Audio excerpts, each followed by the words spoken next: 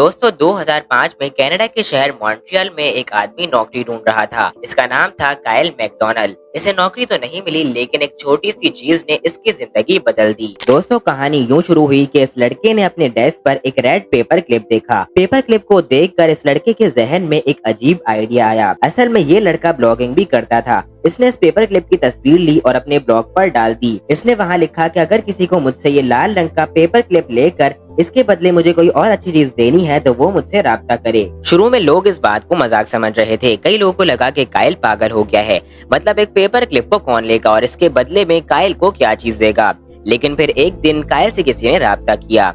ये दो लड़कियां थीं। उन्होंने कहा कि हम इस पेपर क्लिप के बदले में तुम्हें एक पेन देने के लिए तैयार हैं। इस पेन की शेप मछली जैसी थी। काइल ने उन लड़कियों से ये पेन लेकर उन्हें अपना पेपर क्लिप दे दिया। दोस्तों उसके बाद उसने वो पेन अपने ब्लॉग पर पोस्ट कर दिया कि कोई मुझे इस पेन के बदले कोई और अच्छी चीज देना चाहता है तो वो मुझसे राब्ता करे। फिर किसी ने इससे राब्ता किया और ये पेन लेकर इसे एक डोर नॉब दे दिया। अब काइल ने उस डोर नॉब की तस्वीर ली और फिर से अपने ब्लॉग पर पोस्ट कर दी कि कोई मुझसे ये डोर नॉब लेकर मुझे कोई और अच्छी चीज दे दे। बहुत जल्द एक आदमी ने इससे राब्ता किया और इसके बदले में इसको एक कैंपिंग स्टोव दे दिया। दोस्तों ये सब लोग जो इस लड़के से चीजें लेकर अपनी कोई चीज दे रहे थे, ये कोई सीरियस बिजनेस नहीं था। ये सब लोग बस एक पॉजिटिव एटीट्यूड के साथ चीजों की ट्रेडिंग कर रहे थे। यानी अब काइल को एक पेपर क्लिप के बदले कैंपिंग में इस्तेमाल होने वाला चूल्हा मिल चुका था। लेकिन ये कहानी अभी खत्म नहीं हुई। अब काइल की ये कहानी काफी मशहूर हो रही थी। कनाडा के मीडिया ने भी ये कहानी पिक कर ली। काइल की कहानी टीवी चैनल्स पर चलना शुरू हो गई और इसी का फायदा इस लड़के को हो गया। दोस्तों अब काइल के ब्लॉग को रोजाना 1 लाख से ज्यादा लोग विजिट कर रहे थे। काइल ने लोगों को कहा कि इसके पास अब जो चूल्हा है, ये इस चूल्हे के बदले एक न एक दिन एक घर हासिल करके रहेगा। सितंबर 2005 में काइल को ऑफर हुई कि ये अपना कैंपिंग स्टोव देकर एक जनरेटर ले ले।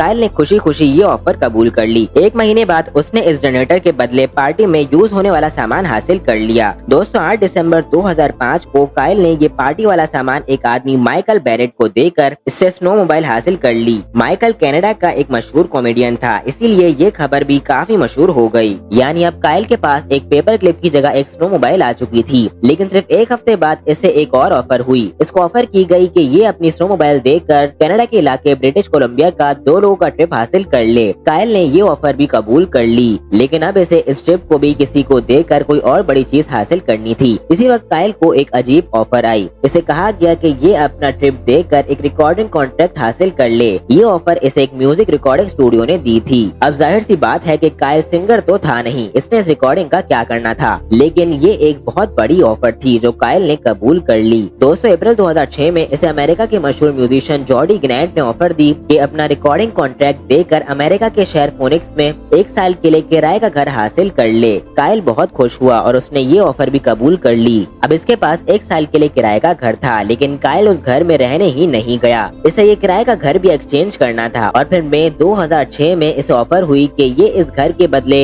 मशहूर सिंगर एलिस कूपर के साथ लंच कर ले। काइल ने ये ऑफर भी कबूल कर ली। इसके बाद इसे इस लंच के बदले एक मोटर स्नो ग्लोब मिल गया। दोस्तों सिर्फ 6 दिन बाद काइल ने इस स्नो ग्लोब के बदले एक फिल्म में एक रोल हासिल कर लिया। ये ऑफर इसे मशहूर अमेरिकन एक्टर कॉर्बिन बर्नसन ने दी थी। फिल्म का नाम डोना ऑन डिमांड था। काइल मैकडॉनल्ड को इसी फिल्म में काम करने का कॉन्ट्रैक्ट मिला। दोस्तों यही वो मौका था जब 12 जुलाई 2006 को इस फिल्म में रोल के बदले इसे एक घर की ऑफर मिल गई। ये कनाडा के टाउन किपलिंग में मौजूद एक 2 मंजिला घर था। काइल ने ये ऑफर खुशी खुशी कबूल कर ली।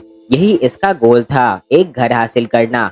ये इसकी आखिरी ट्रेड थी। एक पेपर क्लिप से काइल ने कनाडा में एक 2 मंजिला घर हासिल कर लिया था, एक सिंपल लेकिन जीनियस आइडिया इस्तेमाल करके। जब काइल इस टाउन में पहुंचा तो वहां के मेयर ने इसका वेलकम किया। इसके इस्तकबाल के लिए टाउन के 500 लोग वहां जमा थे। काइल कुछ अरसे ही इस घर में रहा, क्योंकि रोजाना कई लोग इससे मिलने के लिए वहां पहुंच जाते थे, क्योंकि सबको इसके घर का एड्रेस पता था। काइल बाद में वहां से मूव कर गया। ये घर कुछ सालों तक खाली पड़ा रहा और फिर 2020 में काइल ने इस घर को बेच दिया। इस घर को खरीदने वाले 2 लोग थे। उन्होंने इस घर को एक रेस्टोरेंट बना दिया जिसका नाम रेड पेपर क्लिप कॉटेज रखा गया। वही पेपर क्लिप जिससे काइल ने ये सारी ट्रेडिंग शुरू की थी। ये रेस्टोरेंट आज भी वहाँ मौजूद है। काइल मैकडॉनल्ड की ये कहानी दुनिया भर में काफी मशहूर हो गई। एक पेपर क्लिप के बदले में एक घर हासिल करने वाले आदमी की कहानी। इस कहानी के बारे में आपकी क्या राय है, हमें कमेंट करके जरूर बताएं। वीडियो अच्छी लगी है तो वीडियो को लाइक कर दें और ऐसी मजीद मालूमाती और इंटरेस्टिंग वीडियोस देखने के लिए हमारे चैनल को सब्सक्राइब करें ताकि हमारी आने वाली वीडियोस आप तक पहुंचती रहें। मिलते हैं अगली वीडियो में किसी नए टॉपिक के साथ, तब तक अपना बहुत ख्याल रखें। अल्लाह हाफिज।